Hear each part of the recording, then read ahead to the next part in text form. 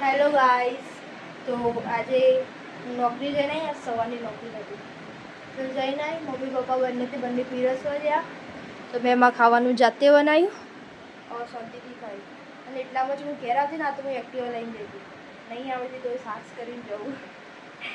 તો એક્ટિવા લઈને આવતી હતી, કોલ પર કોલ આવતા તો મેં ઉપાડે નહીં. અને આઈને ફોન કર્યો તો કે હા ને ડિલિવરી આપવાવાળો આવ્યો. તો મેં મંગાવી તું તો ને એરિયા આવ્યા હતા. તો ફોન મેં કર્યો ને તો કે હું તો જતો રહ્યો કે હવે. તો મેં કીધું મને એવું લાગ્યું કે રાતે તો ડિલિવરી ના જ આપવા આવો ને કોઈ, એટલે તે કે રાતે હોય કે દિવસે હોય, કે અમારે તો ચાલુ જ હોય કોમકાજ. તો કે હું કાલે આવી.